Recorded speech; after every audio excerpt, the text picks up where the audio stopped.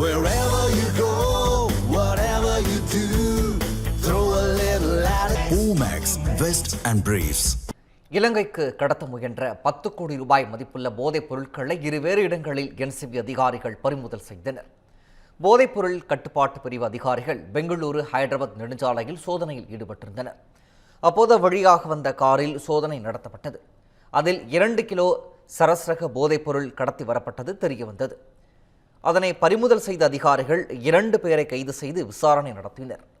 அப்போது 78 கிலோ போதைப் பொருட்களை தூத்துக்குடியில் இருந்து இலங்கைக்கு கடத்த இருந்ததும் தெரியவந்தது. அதன் பேரில் அங்கு விரைந்த என்சிபி அதிகாரிகள் 78 கிலோ ஹாஷிஷ் ஆயில் மற்றும் விசைப்படகை பறிமுதல் செய்தனர்.